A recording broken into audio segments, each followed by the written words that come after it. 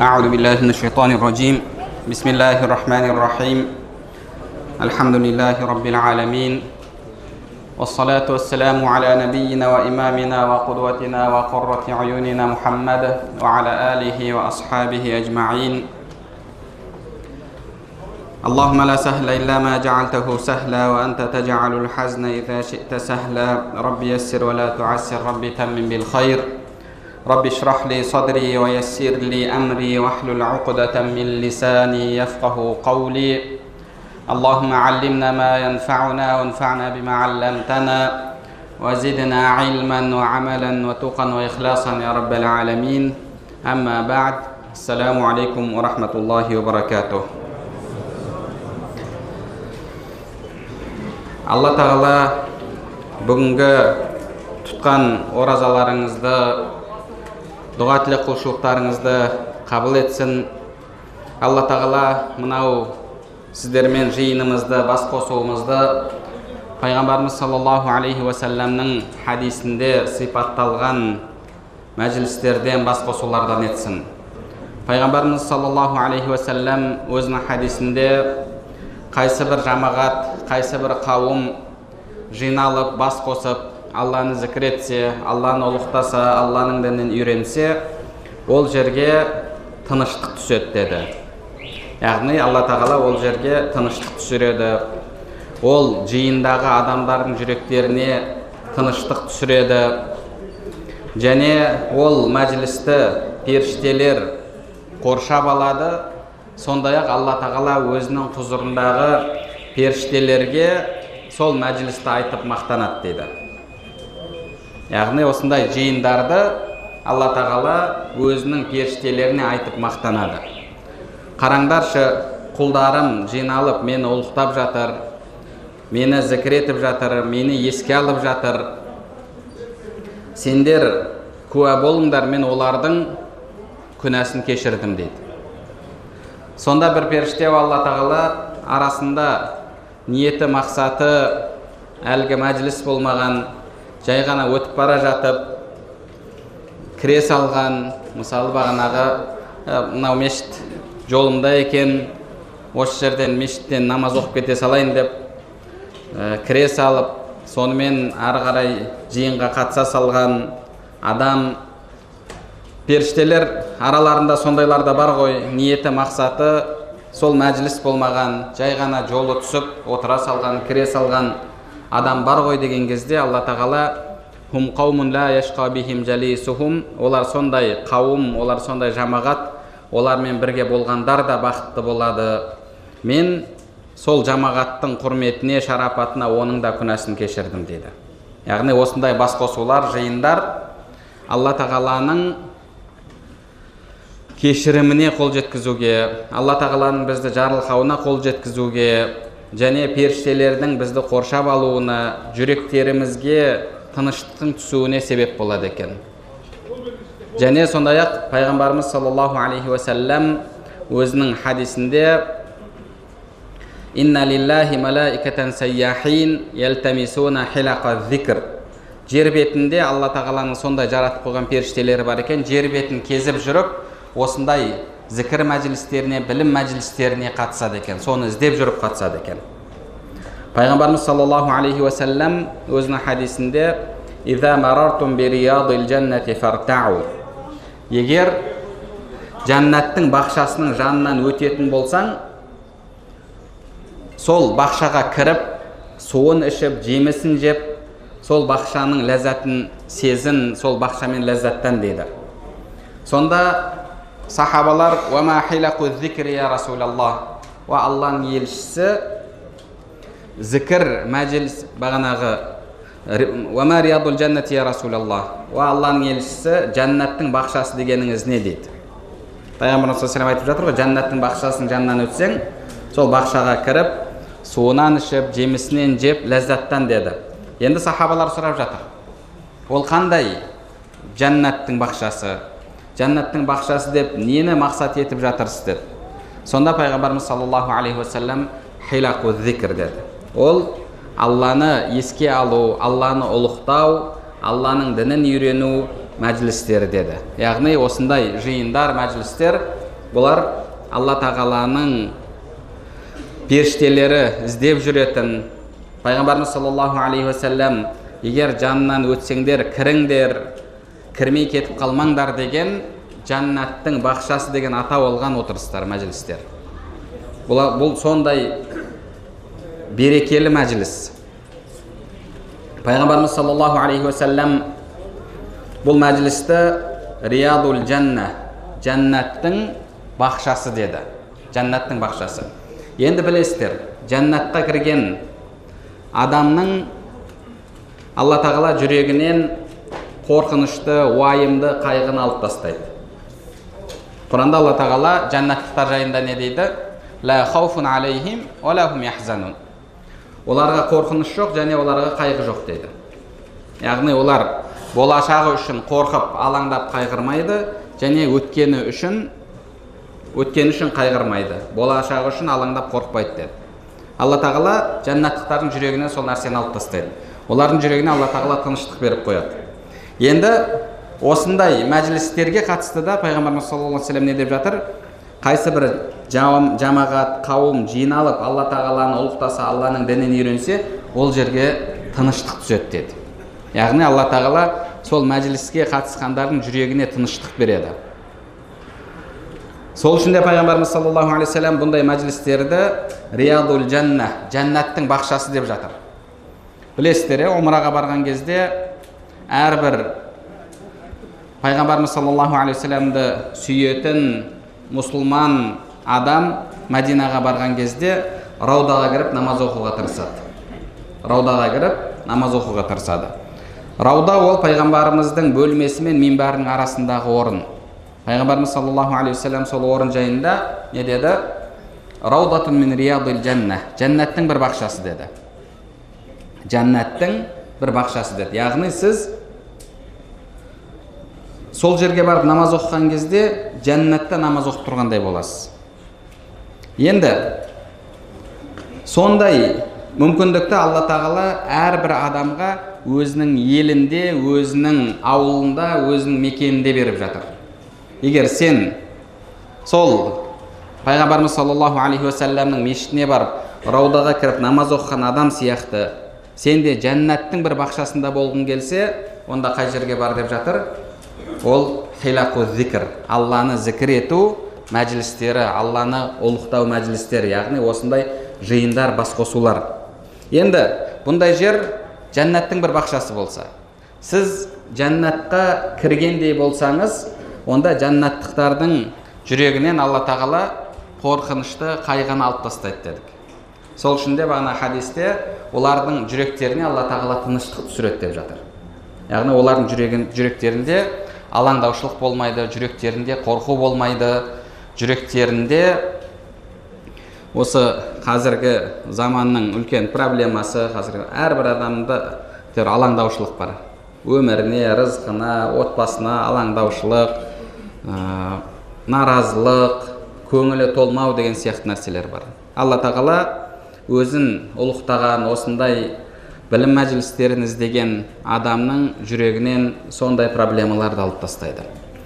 Енді Алла тағала иншалла отырысымызды, басқосуымызды сондай мәжілістерден етсін. Енді иншалла деп тіл әдеттеніп қалғаннан кейін айтып қоя береміз, иншалла деп. Негізі дұға жасаған кезде иншалла деген сөзді айтпаңыздар. Иншалла деген сөздің дұғаны айтқан кезде қажеті жоқ. Өйткені Пайғамбарымыз саллаллаху алейхи уассалам сендердің бірің дұға жасаған кезде Аллахумма ғфирли иншит, Аллахумма архамни иншит, Алла тағала қаласаң мені кешір, қаласаң мені рахымыңа бөле деп айтпасын, кесіп нақты айтсын деді. Ал енді иншалла деген бұл жерде дұғаға сәйкес емес. Иншалла деп сіз бір нәрсені жоспарлап жатсаңыз, Алла қаласа осы нәрсені істеймін, Алла қаласа осындай бір нәрсе болады деп күтіліп жатыр деген сияқты осындай жерде айтасыз. Ал бірақ дұғада сіз бір екіленіп тұрған адам сияқты боласыз. Алла тағала қаласаң сол нәрсені істе, енді қаламасаң істемей-ақ қой деген сияқты осындай мағына шығады. Ал дұға жасаған кезде адам кесіп нақты дұға жасау керек. Екілену болмау керек. Пайғамбарымыз саллаллаху алейхи вассалам удуаллаху антум муқинуна бил иджаба. Дұғаларың қабыл болатындығына шынайы сеніммен, яқин сеніммен, кәміл сеніммен дұға жасаңдар деп жатыр. Сол үшін де ғұламаларымыз дұға жасаған кезде иншалла деп айту дұғаның әдебіне қайшы деген. Енді бізде әдет болып қалған, ал иншалла былай болсын, иншалла былай болсын, иншалла деп айтып жатырмыз. Енді сол әдетпен мен де қазір иншалла деп айттым, бірақ негізі дұғада иншалла деп айтпаңыздар. Алла тағала бүгінгі оразаларыңызды қабыл етсін. Бүгінгі ораза бұл Ашура оразасы. Ашура оразасы қандай ораза? Ашура оразасы Пайғамбарымыз саллаллаху алейхи уассалам бізге сүннет етіп қалдырған ораза. Оның себебі, яғни осы Ашура күнінің ораза болып бекітілуінің себебі біздің дінімізде Пайғамбарымыз саллаллаху алейхи уассалам Мәдина қаласына келген кезде сол мәдиналық яһудилерден сұрады. Олар белгілі бір күні, яғни осы Мухаррам айының 10-шы күні ораза ұстайтын. Ашура оразасын. Пайғамбарымыз саллаллаху алейхи уассалам олардан сұрады: "Не үшін бұл күні ораза ұстайсыңдар?" деді. Сонда Муса алейхиссалам Алла тағала сонда яһудилер Алла тағала осы күні Муса алейхиссаламды және оның қауымын Фирауыннан құтқарған деді. Яғни осы күні, осы 10-шы Мухаррам күні Муса алейхиссалам өзінің қауымын артынан ертіп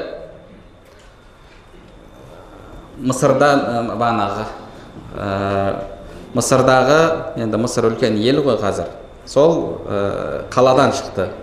Каир қаласы ма, қай қала, Аллаху алам, әйтеуір сол пирамидалар бар жері ғой. Сөйтіп барып теңізге тірелген кезде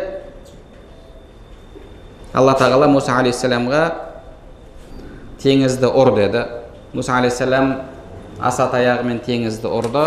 Теңіз ашылып, Муса алейхиссалам мен қауымы әлгі теңіз кәдімгідей екіге бөлініп, жері көрініп тұрды. Муса алейхиссалам мен қауымы өтіп кеткеннен кейін артынан Фирауын өзінің әскерімен бірге кешіп ортасына келген кезде Алла тағала суды не істеді? Қайтадан қосып жіберді.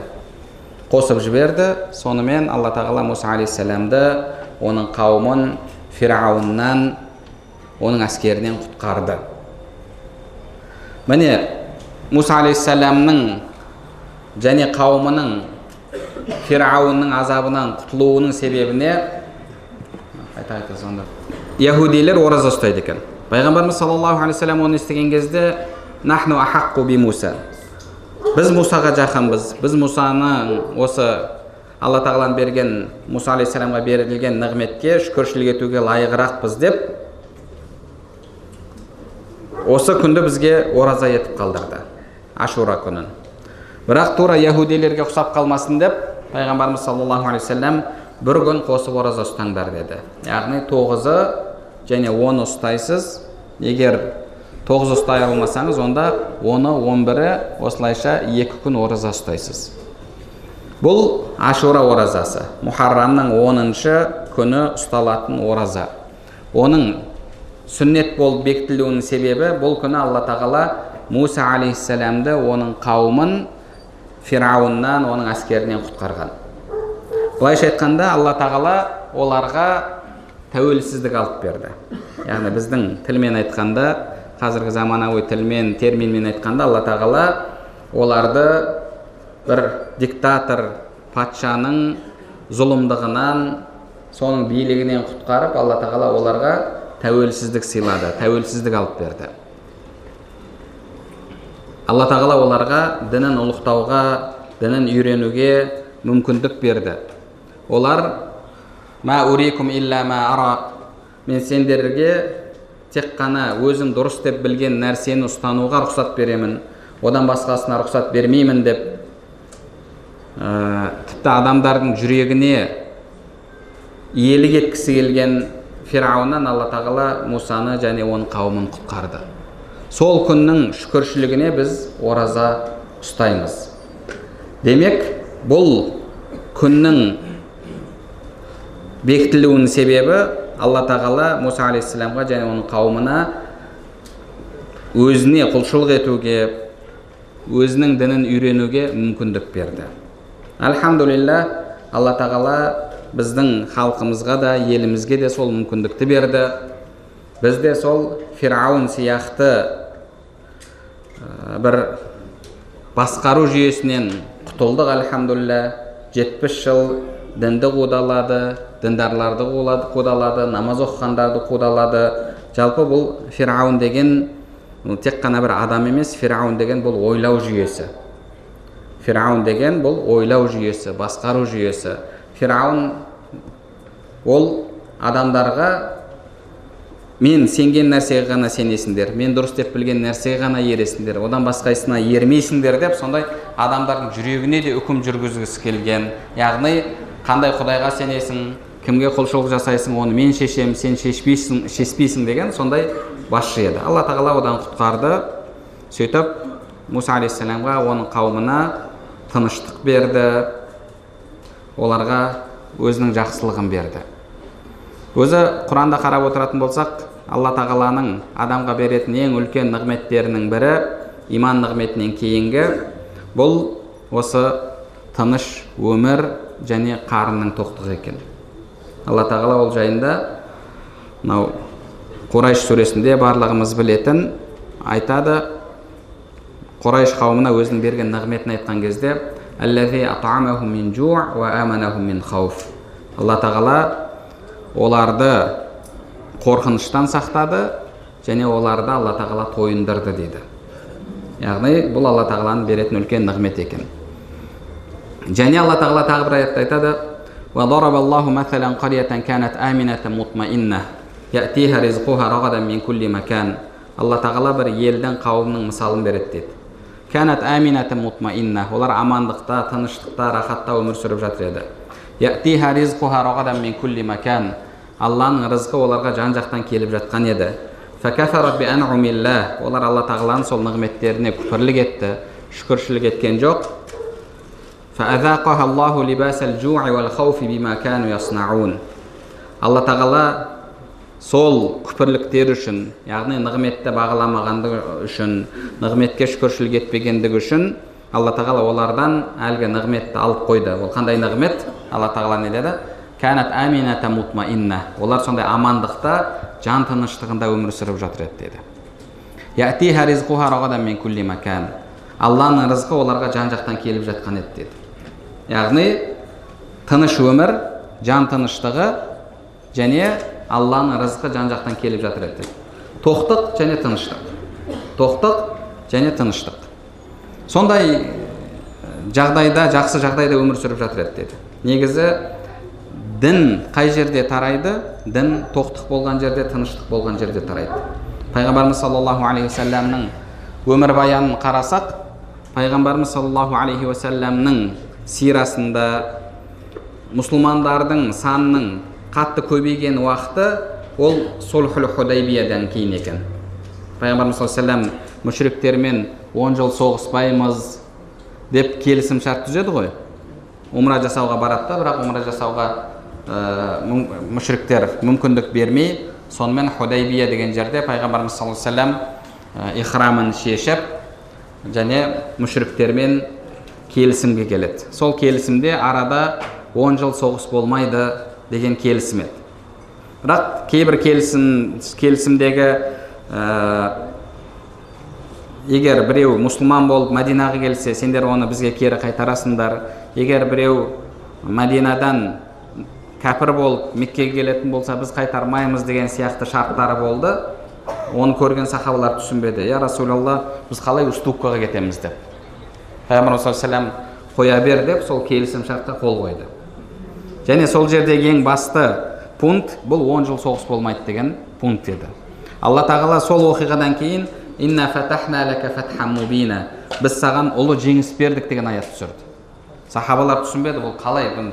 Біз Меккеге кіре алмадық, умра жасай алмадық, оның үстіне осындай келісім шартқа қол қойдық, бұл қандай жеңіс деп түсіне алмады. Бірақ сол уақытта мұсылмандардың саны қатты көбейді. Өйткені мазалайтын мүшрик жоқ, мазалайтын жау жоқ, соғыс жоқ. Мұсылмандар қабилаларға барып дінді таратып, көптеген қабилалар пайғамбарымыз саллаллаху алейхи вассаламға келіп байат беріп исламды қабылдады. Сол үшін де бұл тыныштық болған жерде, тоқтық болған жерде Алла тағала дінді таратады. Және соның нәтижесінде кейін мұсылмандар Мекке қаласын фатх етті. Яғни Мекке қаласы мұсылмандардың қаласына айналды. Әлхамдулилля, міне бізде сондай тыныштықта өмір сүріп жатырмыз, тоқтықта өмір сүріп жатырмыз. Соның нәтижесінде әлхамдулилля осылай мешіттерде жиналып Алла тағаланың дінін үйреніп жатырмыз. Енді бұл материалдық тыныштық жақсы ғой. Әлхамдулилля, әйтеуір өміріміз тыныш, соғыс болып жатқан елдерді көріп жатырмыз, жағдайының қалай болып жатқанын. Алла тағала ондай жағдайды елімізден ұзақ етсін. Пайғамбарымыз саллаллаху алейхи вассалам ла татаманнау лиқаал аду, ешқашан дұшпанмен бетпе-бет келуді тілемеңдер, яғни соғысты тілемеңдер. Соғыс деген оңай нәрсе емес. Ол бағанағы біз кинода көргендей әлгі аяғына оқ тиіп кетсе, сонымен ақсаңдап жүріп, киноның соңына дейін дұшпан бәрін өлтіріп, әлгі жеңіске жететін. Несі кино болса, басына тисе де басындағы оқпен бағанағы соңына дейін жүре береді. Реальный өмірдегі соғыс деген мүлдем басқа. Сол үшін де Пайғамбар саллаллаху алейхи ва саллям ешқашан соғысты тілемеңдер деді. Кімде-кім таңертең оянған кезде жүрегінде тыныштық болса, дені сау болса, бір күндік тамағы болса, Алла тағала оған бүкіл дүниенің жақсылығын беріпті деді. Енді әлхамдулилля, сондай елде, тыныш елде, тоқтықта өмір сүріп жатырмыз. Бірақ бәрібір адамдарды қарайтын болсақ, адамдардың жүрегінен тыныштық кеткен. Адамдардың жүрегінен тыныштық кеткен. Адамдар нервный, адамдар шаршаған. Сәл бір нәрсе болса, төбелесіп кетуге дайын. Бір нәрсе болса, пышақтасуға дайын. Бір нәрсе болса, әйтеуір қырылысуға дайын. Жақында ғана бір видеоны көріп қалдым. Біреуді қысып кетіп еді. Анау қысып кеткен де боқтап тұр машинаның ішінде. Одан анау жынданып шығып, ана лобовойын теуіп сындырып, жанына бағынағы терезесін ұрып сындырып. Қарап отырсаң, енді бір сондай жағдайға дейін баратын мәселе емес. Бірақ адамдарды әйтеуір сәл қысып кетсең де төбелесіп кетуге дайын, боқтасып кетуге, кез келген нәрсе, жол бермей қойса да, не болса да, әйтеуір адамдардың бәрі нервный, адамдардың бәрі шаршаған, жүйкесі тозған, жүйкесі жұқарған. Адамдардың жүрегінде тыныштық жоқ. Жүрегінде адамдардың тыныштық жоқ. Қазір тема болған тақырыптардың бірі депрессия тақырыбы, мысалы, психологтардың көтеріп жатқан депрессия. Неге? Өйткені адамдардың көбісі депрессияда. Шаршап жүр, жүйкесі жұқарып жүр, әйтеуір жұмысына көңіл толмайды. Жұмысы бар адам жұмысына разы емес. Жұмысы жоқ адам тағы разы емес. Семьясы бар адам ол да разы емес. Семьясы жоқ адам ол да разы емес. Әйтеуір разы адамды көрмесің өміріне. Ал бірақ мұсылман адам, Алланың разылығын іздейтін адам, енді біздің көздегеніміз Алланың разылығы ғой. Аллаға құлшылық етіп, Алла бізге разы болып, сонымен екі дүниеде бақытқа жетіссек дейміз. Алла тағала бізге разы болу үшін біз Аллаға разы болуымыз керек екен. Біз Аллаға разы болмасақ, Алла тағала бізге разы болмайды. Құранда Алла тағала жәннаттық мұсылмандар жайында айтқан кезде не деді? Радияллаху анхум ва раду ан. Яғни Алла оларға разы болды. Алла оларға разы болды. Олардан деп айтпайықшы, осы бізде Алла сенен разы болсын. Оған арабшадан тікелей аударған кезде ғой, анка анху дегенде сенен деп. Негізі қазақшасы саған, мысалы саған риза болдым, саған разы болдым деген сияқты. Сенен деп айтпау керек. Енді бұл жай ескерту ретінде. Алла тағала не деп жатыр? Радияллаху анхум. Алла оларға разы болды. Ва раду анху. Және олар Аллаға разы болды деді. Олар Аллаға разы болды. Аллаға разы болу деген не? Аллаға разы болу деген, яғни Алла тағалаға Раббыңыз ретінде разы болу, жаратушыңыз ретінде разы болу, рызық берушіңіз ретінде разы болу, Алланың ісіне разы болу, тағдырына разы болу. Осының барлығы Аллаға разы болуға кіреді. Өйткені сіздің өміріңіздегі әрбір жағдай, әрбір нығмет, немесе басыңызға келетін бір қиыншылық, сіздің отбасы құруыңыз, үйленуіңіз, бала шаға сүюіңіз, жұмысыңыз, жұмыстан кетуіңіз, жұмыстан қуылуыңыз, табысыңыздың аз болуы, барлығы Алланың қалауымен, Алланың тағдырымен болып жатыр ғой. Демек, Аллаға разы болу деген Алланың тағдырына разы болу. Имам Хасан аль-Басри рахимахуллах бірде осы Меккеде қажылықта немесе умрада Каабаны тауаф етіп жүрген кезде бір адамды көреді. Ридака я Рабб, Алла тағала маған разы бол, Алла тағала маған разы бол деп дұға етіп жатады. Сонда Хасан аль-Басри рахимахуллах айтады: "Лан ярда анка хатта тарда анху" дейді. Сен Аллаға разы болмайынша, Алла саған разы болмайды деді. Сен Аллаға разы болмайынша, Алла тағала саған разы болмайды деді. Сонда әлгі кісі: "Ва кайфа арда анху", қалай мен Аллаға разы боламын деді. Хасан аль-Басри рахимахуллах айтты: "Хатта тарда би қадариллах", Алланың тағдырына разы болмайынша, яғни Алланың тағдырына разы болсаң, онда сен Аллаға разы болғаның. Аллаға разы болсаң, Алла тағала саған разы болады деді. Алла тағала саған разы болады. Құранда Алла тағала айтып жатыр: "Радиаллаху анху ва раду ан". Бірнеше аяттарда солай келіп тұр. Мысалы, "Я аятухан нафсул мутмаинна", ва тыныштық тапқан жан иесі дейді Алла тағала. "Я аятухан нафсул мутмаинна, ирджи'i иля раббики радиятан мардiyya". Раббың саған разы болған, сен Раббыңа разы болған халде қайт дейді. Ирджи'i иля раббики радиятан мардiyya, фадхули фи ибади вадхули джаннати. Менің құлдарымның қатарына кір, жәннатыма кір дейді. Бұл жерде Алла тағала нені айтып жатыр? Аллаға разы болған және Алла саған разы болған халде дейді. Бұл екеуі әрдайым бірге жүреді. Сен Алланың разылығын қалайсың ба? Онда Аллаға сен разы бол. Құранда Алла тағала тағы айтады: "Вассабиқуна ал-аввалуна минал мухаджирина вал ансар валлазина аттабаухум би ихсан". Әуелгілер дейді. "Вассабиқуна ал-аввалуна минал мухаджирин", мухаджир болған, ансар. Сол отбасында дүниеге келгеніңізге разысыз ба?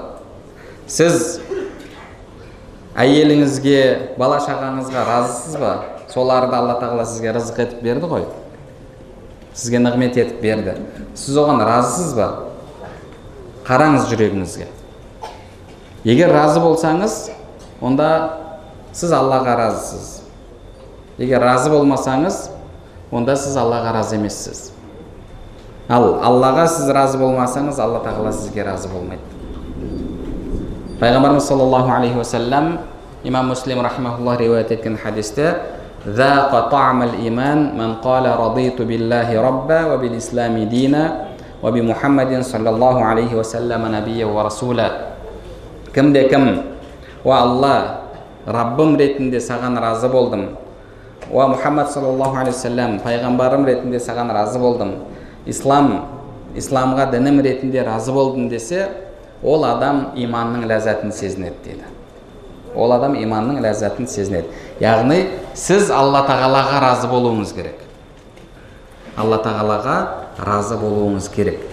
Алла тағаланың сізге жазған, сізге белгілеп берген әрбір нәрсесіне сіз разы болуыңыз керек. Енді разы болу деген сөз бір нәрсені өзгертуге тырыспау керек деген мағынаны білдірмейді. Сіз іштей разы боласыз және жақсырағын тағы да жақсы жағына өзгертуге тырысасыз, бірақ ішіңізде сондай бір тыныштық, ішіңізде жан тыныштығы, ішіңізде сондай бір рахатпен альхамдулиллах деп, сондай бір жан тыныштығымен айтсаңыз, сіз Алла тағалаға разысыз. Неге Алла тағала альхамдулиллахи раббил аламин, альхамдулиллахи раббил аламин, біз намазда, әр намазымызда бізге Фатиханы оқуға бұйырды.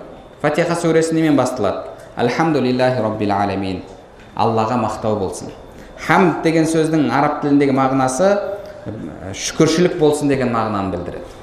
Яғни альхамдулиллахи шукра, Алла тағалаға шүкіршілік болсын.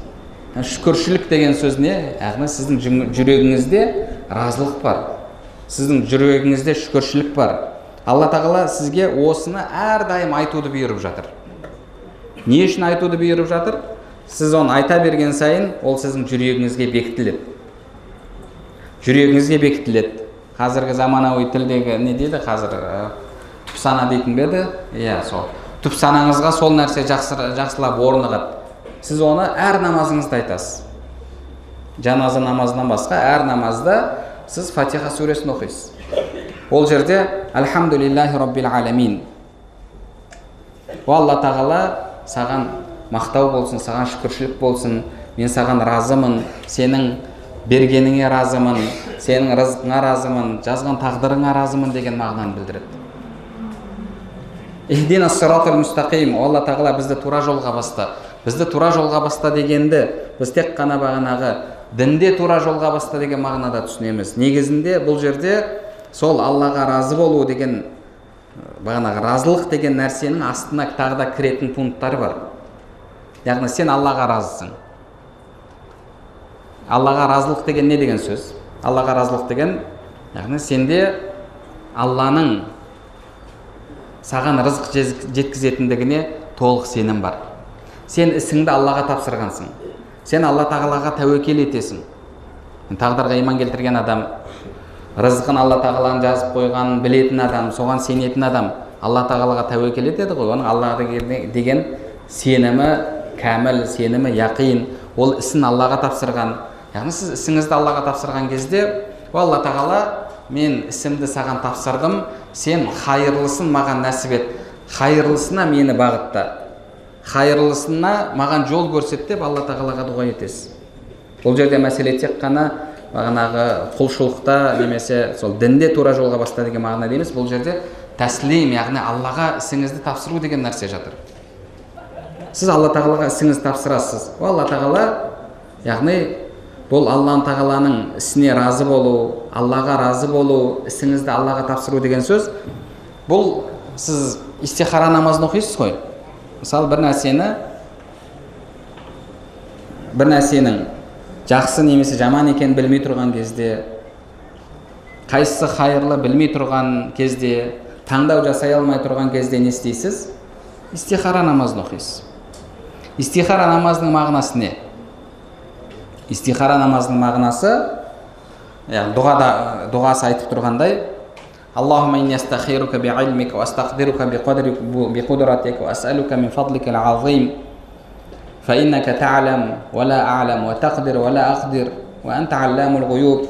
Алла тағала, сенен сұраймын, сен маған таңдап берші, мен таңдай алмаймын, ненің дұрыс, ненің бұрыс екенін мен білмеймін, өзіме ненің хайырлы емес екенін білмеймін. Алла тағала, мен саған ісімді тапсырдым, сен маған таңдап берші деп Алла тағаладан сұрайсыз. Ал тағдырға разы болу деген сөз, Аллаға Раббыңыз ретінде разы болу, ісіңізді Аллаға тапсыру, тәуекел ету деген сөз, бұл яғни осы Алла тағала, мен сондай сенің бір әлсіз құлыңмын, әлсіз пендеңмін, пайдам және зияным өзімде емес, сен қаласаң маған пайда бересің, қаласаң зиян жеткізесің.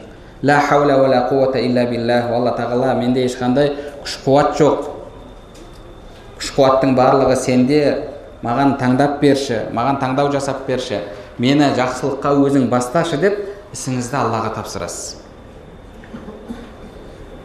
Осы нәрсе болмайынша сіз Алла тағалаға разы бола алмайсыз. Ал Аллаға разы болмасаңыз, Алла тағала сізге разы болмайды.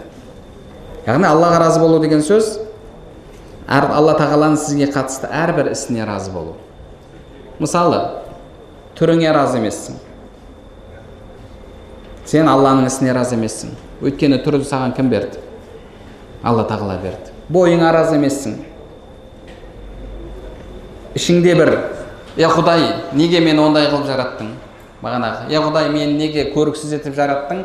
Пәленшені неге көрікті етіп жараттың? Деген сияқты бір сезім бар. Әсіресе әйел баласында. Мысалы, әдемі құрбысын қызғанады. Бірақ сұлулықты беретін кім? Түрді беретін кім? Алла тағала. Сен Алла тағаланың оған беріп жатқан нығметін қызғанып жатсың. Сен өзіңнің жұмысыңа разысың ба? Сол жұмыстағы айлығыңа разысың ба? Ой, дымға жетпейді, не жұмыс, анау, мынау. Бірақ сол жұмысқа зар болып жүргендер де бар ғой. Яғни бұл жақсы жағына өзгермеу деген емес, деген сөз емес. Бірақ іште сізде налудың болмауы. Альхамдулилля. Рызық Алладан. Бұл рызықты маған жеткізіп жатқан Алла тағала. Алла тағаланың рызқына аз деп айтылмайды. Алланың ісіне ісің жаман деп айтылмайды. Деген сіздің ішіңізде осындай бір сенімнің, осындай бір сезімнің болуы.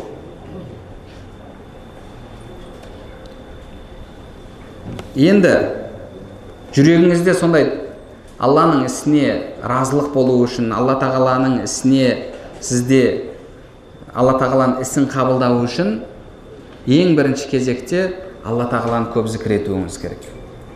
Әла би зикриллахи татмаиннул қулуб. Алла тағаланы зікір етумен жүректер тынышталады деді.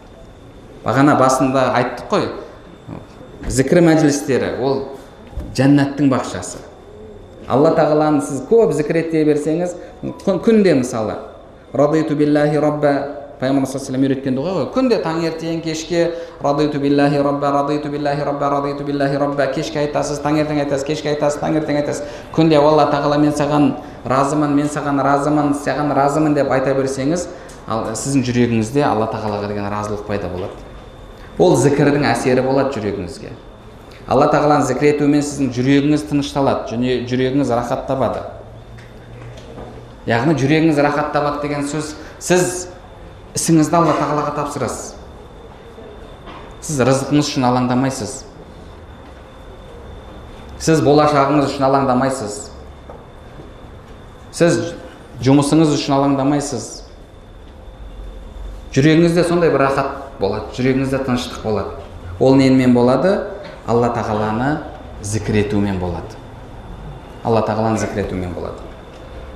Пайғамбарымыз саллаллаху алейхи ва саллям бізге үйреткен дұғалардың бірі Аллахумма раддини би қадаик. Имам Ибн Сунни рахимахуллах риуаят етеді Амалул яум уал лейла кітабында. Сол бізге Пайғамбарымыз саллаллаху алейхи ва саллям үйреткен дұғалардың бірі Аллахумма раддини би қадаик ва барик ли фима қуддира ли.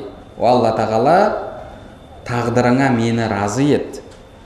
Яғни сіз Алла тағаладан сұрайсыз, Алла тағала мені сенің тағдырыңа разы болған құлдарыңнан ет. Және тағдыр етіп маған берген нәрсеңе береке бер деп сіз Алла тағаладан сұрайсыз. Пайғамбарымыз саллаллаху алейхи ва саллям бізге сол нәрсені үйретіп жатыр. Ендеше бізде мұсылман адамда тек қана сыртқы өмірінде тыныштық емес, ішкі жан дүниесінде тыныштық болу керек. Ішкі жан дүниемізде тыныштық болу керек. Аллаға яқин сеніммен сеніп, Алла тағалаға ісімізді тапсыруымыз керек. Сол кезде сіздің жүрегіңізде тыныштық болады, Алла тағалаға ісіңізді тапсырсаңыз. Мысалы, адамдар самолетпен биікке шығады, ұшаққа. Сөйтеді де, сол самолеттен секіреді. Не білесіздер, ақшаға кәдімгідей төбеге шығады, десе төбеден секіреді. Ләззат алғысы келеді. Бірақ өзінде ешқандай тәжірибе жоқ. Оған мынау жанында инструктор, ол 10 жылдан бері істеп жүр, осының маманы десе, ол соған сенеді де, сондай бір тыныш көңілмен өзін самолеттен тастай салады. Неге? Өйткені жанында тәжірибелі инструктор тұр, сол бәрін реттейді деп тұр. Ал сізге ата-анаңыздан да мейірімді болған, сіздің рызқыңызды өзінің жауапкершілігіне алған Алла тағалаға ісіңізді тапсыра алмайсыз ба? Сондай бір тыныштықпен, рахатпен. Яғни адамның бүкіл өмірі сол истихара намаз сияқты болу керек. Сол кезде сіздің жүрегіңіз тыныштық табады. Жалпы жүрек тыныштық табу үшін біз Алла тағаланың нығметтерін өзімізге беріп жатқан сезіне білуіміз керек. Алла тағала Құран кәрімде Алла тағаланың берген нығметтерін санасаңдар, санына жете алмайсыңдар дейді. Біз нығметтерін деп аударамыз, бірақ Құрандағы сөз нығметтер емес. Алланың бір нығметін санасаңдар дейді. Ол жерде нығметтер деп тұрған жоқ негізінде. Біз енді бұл жерде жалпы нығмет, яғни джинсун ни'ма дейді араб тілінде. Жалпы нығмет жайында айтылып жатыр деп, оны нығметтер деп аударып жатамыз негізінде, бірақ негізгі бұл жердегі сөз ни'ма, яғни жекеше түрде келіп тұр. Көпше түрі ни'ам, нығметтер. Құранда Алланың бір нығметін санасаңдар, яғни бір нығметіндегі сендерге келіп жатқан пайдаларды санайтын болсаңдар, сендер оның санына жете алмайсыңдар деді. Сондай Алла тағала бізге беріп қойған нығметтері бар, бірақ біз сол нығметтерді көрмейміз де, кеткен нығметке қарап қаламыз. Кеткен нығметті көреміз, қалған нығметті көрмейміз. Имам Ибн Атаилла Сакандари рахимахуллахтың әдемі сөзі бар осы мәселеге қатысты. Иза аглаqa бабан би хикматихи фатаха абуабан би рахматихи дейді. Алла тағала саған бір хикметімен, яғни ол істің астында бір хикмет бар, бір даналық бар. Алла тағала хикметімен саған бір есікті жапса дейді, мейірімімен басқа көптеген есіктерді ашады дейді. Яғни бір хикметпен сізді Алла тағала бір нәрседен махрум етті. Біз сол махрум болған нәрсеге қарап қаламыз да, мына екінші нәрсеге қарамаймыз. Имам Ибн Атаилла Сакандари айтып жатыр, Алла тағала хикметімен бір есікті жапса, мейірімімен саған 10 есікті ашып береді дейді. Бірақ біз сол мейіріммен ашып берген 10 есікке қарамаймыз да, жабылған бір есікке қарап қаламыз да, сонымен Алла тағаланың нығметін сезіне алмаймыз. Біз өзімізді бір махрум қалған адам ретінде сезінеміз. Урва ибн Зубайр деген үлкен табиин, ол да кіші сахаба, үлкен табиинде кіші сахаба болу керек, Аллаху алем. Абдулла ибн Зубайрдың бауыры. Абдулла ибн Зубайрдың бауыры.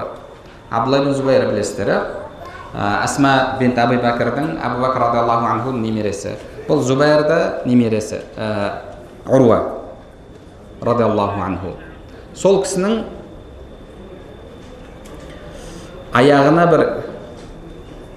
аяғында ісік пайда болады.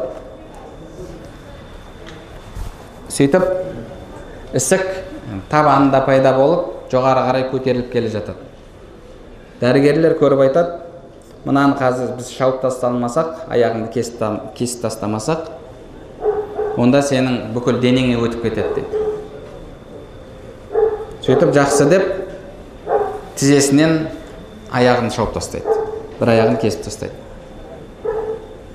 Сол күні жеті баласының ішіндегі өзі ең жақсы көретін баласы үйдің төбесінен құлап қайтыс болады. Сонда Урва ибн Зубайрдың айтқан сөзі, Альхамдулилlah, жетеуін берді, соның біреуін алып, алтауын қалдырды.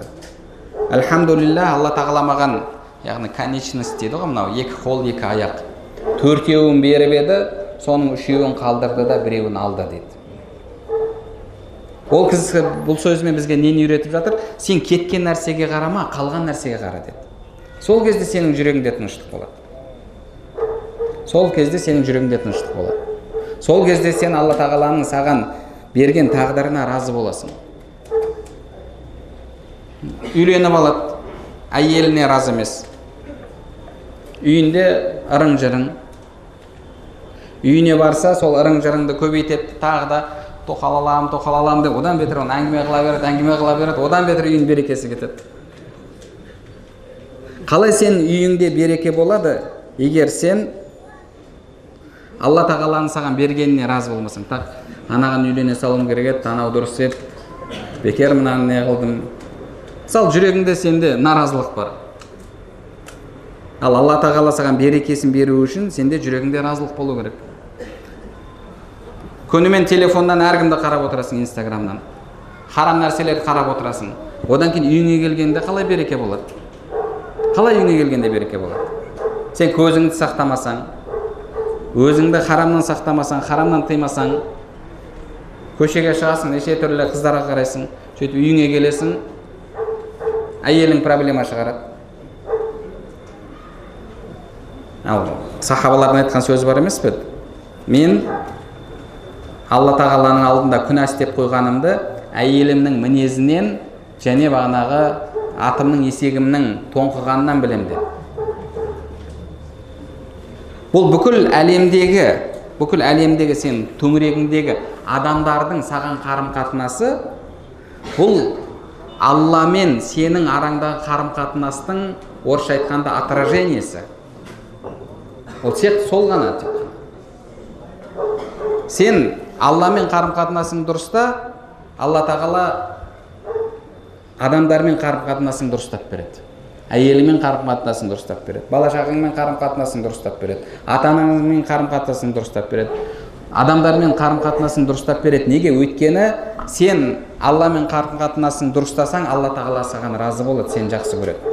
Алла саған разы болса, Жибрил шақырып айтады: "Уа, Жибрил, мен пәленше құлымды жақсы көремін. Сен де оны жақсы көр" дейді. Сөйтіп Жибрил алейхиссалам басқа періштелерге айтады: "Алла тағала пәленше құлын жақсы көреді, сендер де жақсы көріңдер" дейді. Сөйтіп оған деген махаббатты Алла тағала жер бетіне түсіреді дейді. Енді біреуді Алла тағала жек көрсе, керісінше Жибрил алейхиссалам шақырып алып: "Мен пәленше құлын жек көрдім" дейді. Жибрил оны періштелерге айтады. Сөйтіп ол адамға деген жек көру адамдардың арасына түседі дейді. Адамдардың арасына түседі, жер бетіне түседі. Яғни сен Алла тағаламен қарым-қатынасын дұрыстасаң, Алла тағала ол адамның жүрегін өзі дұрыстап қояды саған деген. Жүректер Алла тағаланың қолында емес пе? Сен наразысың, тағдырыңа наразысың, отбасыңа наразысың, сөйтесің да күнде келесіңде жұмысқа келіп Құдайдан қорықпастан, мысалы инстаграмнан неше түрлі жалаңаш қыздарды көріп отырасың, солардың сұлулығына тамсанып отырасың. Сөйтіп кешке келесің де әйеліңмен қырылысасың. Конечно, қырылысасың, басқа не болады? Сен күнә істеп келсең, Алла тағала сен күнә істеп келсең, сен отбасыңа береке беріп қоя ма? Отбасыңа береке бермейді. Сол үшін де Алла тағаланың ісіне біз разы болмай, Алла тағаланың ісіне разы болмай, Алла тағала бізге разы болмайды. Енді жалпы біз Алла тағаланы жаратушымыз ретінде, рызықты беруші ретінде қабылдағаннан кейін біздің жүрегімізде яқин сенім болса, алаңдаушылық болмаса, сол кезде біздің жүрегіміз рызқымызға қатысты, болашағымызға қатысты тыныштық табады. Қазір адамдардың өмірінде не істесем екен, қалай ақша тапсам екен, не оқысам екен, ертең ол оқуыммен мамандық табыла ма? Қазір мамандықпен жұмыс істеп жатқан ешкім жоқ, жұмыс жоқ. Осындай алаңдаушылық. Жастардан да қарасаң осы нәрсе.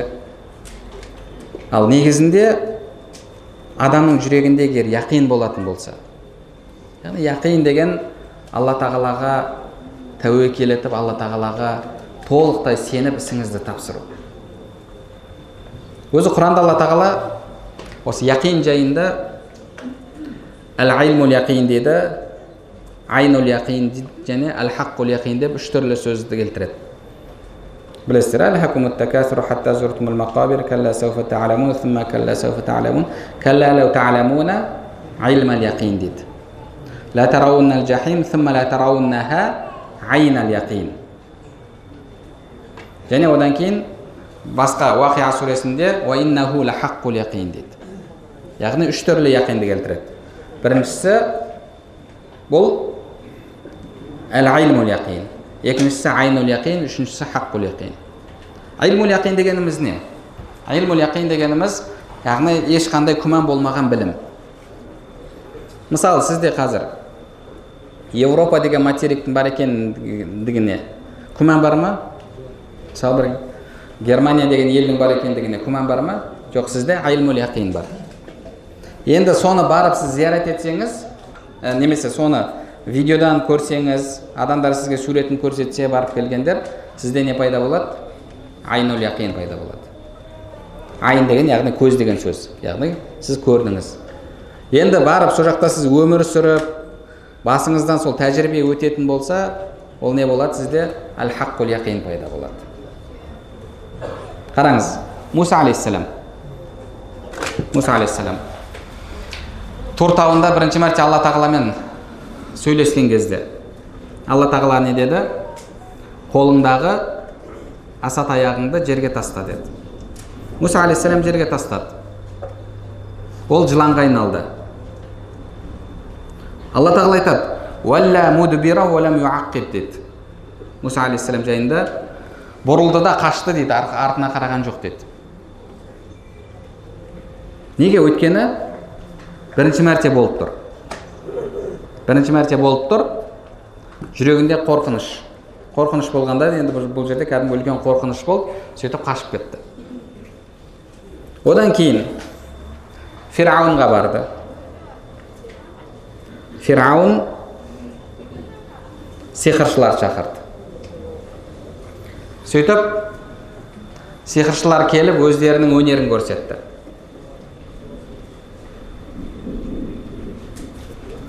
Құранда Алла тағала айтады: "Фаужаса хифатан". Яғни Муса алейхиссаламның жүрегінде бір сондай бір қорқыныш болды деді. Алдыңғыдай қашып кеткен жоқ, бірақ жүрегінде кішкене қорқыныш барды. Енді үшінші жағдай Құранда Алла тағала баяндаған. Қауымымен бірге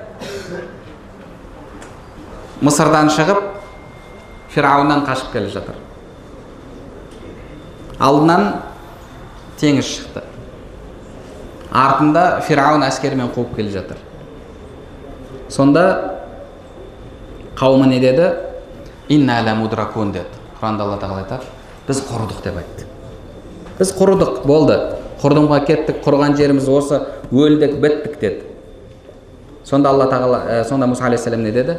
"Қала калла инна ма'ия рабби саяхдин". Жоқ, олай емес. Алла менімен бірге, сол бізге жол көрсетеді деді. Муса алейхиссаламда не пайда болды? Алла тағаламен тәжірибе болды. Алла тағала оны қиындықта қалдырып қойған жоқ. Ана жерде де, мына жерде де, мына жерде де. Сонымен Муса алейхиссаламның жүрегінде не пайда болды? Әл-хаққул яқин болды. Алла тағала мені тастамайды деген сондай ақиқат сезімі пайда болды. Нақ сенім. Алла тағала сізді қашан тастады? Қашан рызықсыз қалдырып қойды? Біздің де жүрегімізде сондай Алламен мәміледе не болу керек?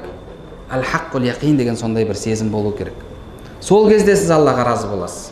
Сол кезде сіздің жүрегіңізде тыныштық болады. Өзі жалпы алаңдаушылықты, қорқуды Құранда Алла тағала 4 түрге бөледі. Олар Құранның тілімен айтқанда, біріншісі әл-хәм. Хәм дегеніміз не? Хәм дегеніміз бұл болашаққа алаңдаушылық. Болашаққа алаңдаушылық. Одан кейін ғам деген бар.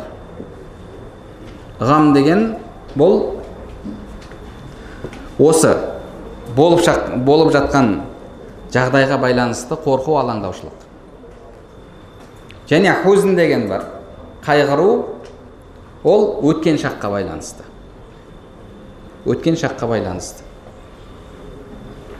Және одан кейін Құранда Алла тағала тағы әл-карбул азим дейді. Әл-карбул азим деген бұл енді бірнешесі жиналған кезде сіз әрі өткенге қайғырып жатсыз, болашағыңызға алаңдап жатырсыз, басыңызға түскен қиыншылыққа тағы да қорқып алаңдап жатырсыз. Бұның барлығын бірге Алла тағала әл-карбул азим дейді. Хузн бұл өткен шаққа. Өткен шаққа болатын нәрсе. Хәм болашаққа болатын нәрсе. Ғам ол осы болып жатқан нәрсе. Мысалы, Алла Тағала Құран Кәримде Юнус алейхиссаламға қатысты айтады. Дұға жасаған кезде «Уанаджайнаху минал ғам». Біз оның дұғасын қабыл еттік және оны ғамнан құтқардық дейді. Ғам деген не? Болып жатқан нәрсеге алаңдаушылық. Юнус алейхиссалам киттің қарнында жатып алаңдады. «Ла илаха илля анта субханака инни кунту минал залимин» деп дұға жасады. Ол болып жатқан нәрседен Алла Тағала құтқар деп сұрады. Енді Хәм бұл болашаққа қатысты. Оған аят есіме келмей тұр, бірақ Пайғамбарымыз саллаллаху алейхи ва саллям бізге үйреткен дұғасы бар, білесіздер. Бізге әрдайым сол дұғаны айтуды бұйырады. Аллахумма инни аузу бика минал хамми вал хазан ва минал аджзи вал касал. Алла Тағала мені хәмнен және хузннан құтқар деді. Хузн деген бұл өткен шаққа болатын нәрсе. Өткен шаққа. Енді осының барлығында қарап отыратын болсақ, сіздің жүрегіңіз Аллаға байланатын болса, мысалы өткен шаққа қайғырып жатырсыз, өткен нәрсеге, бірақ қалған нәрсе бар ғой, бағана біз айтқандай, жарайды, бір нәрсе болды, бірақ мына жақта қалған қанша жақсылық бар ғой. Алланың бергені біреу болса, сізге Алланың алғаны біреу болса, бергені 10. Неге біз енді сол 10-на қарамаймыз? Не үшін біз Алла рызық беруші, біздің қанша жыл өмір сүресің, сонша жыл өмірің, сонша жыл рызқың менің жауапкершілігімде деп жатыр Алла Тағала сізге. وَمَا مِنْ دَابَّةٍ فِي الْأَرْضِ إِلَّا عَلَى اللَّهِ رِزْقُهَا وَمَا مِنْ دَابَّةٍ فِي الْأَرْضِ إِلَّا عَلَى اللَّهِ رِزْقُهَا. Әрбір жер бетін басып жүрген тіршілік иесінің рызқы Алла Тағала айтады менің жауапкершілігімде дейді. Алла Тағала өзі сізге гарантия беріп тұр. Неге онда сіз болашағыңыз үшін алаңдайсыз? Сізге Алла Тағала рызықты жеткізем деп тұр. Сол үшін де, яғни өткен шаққа да, болашаққа да алаңдаудың негізі, егер сіз алаңдамаймын, жан тыныштығында өмір сүргім келеді десеңіз, онда Алланың ісіне разы болып, ісіңізді Аллаға тапсырыңыз да, Аллаға деген, Алланың уәдесіне деген сізде яқин сенім болсын. Сол нәрсе жүрегіңізге тыныштық береді. Сол кезде сіз Аллаға разы боласыз. Алланың ісіне разы боласыз. Алланың ісіне разы болсаңыз, Алла Тағала сізге разы болады.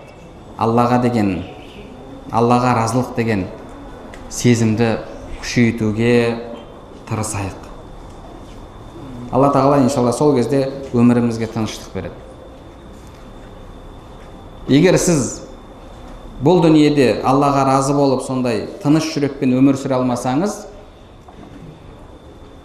Алла Тағала сіз өлген кезде сізге «Я аятухан нафсул мутмаинна» «Уа тыныштық тапқан жан, Алла разы болған, сен Аллаға разы болған халде Раббыңа қайт» деп айтпайды.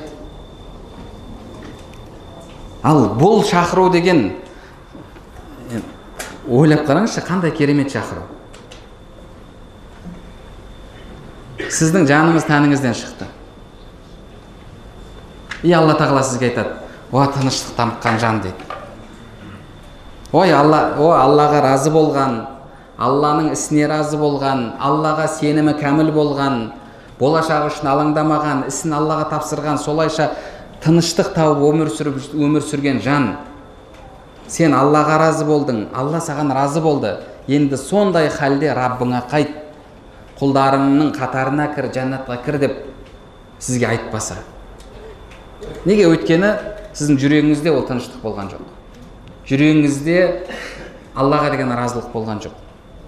Онда қандай осындай бір керемет ертең жан тапсырған кездегі шақырудан махрум боласыз. «О Раббым, о құлым, кел, жәннатыма кір, менің сүйікті құлдарымның қатарына кір» деген сол шақыруды ертең алғыңыз келсе, онда сіз бұл дүниеде жан тыныштығын табуыңыз керек.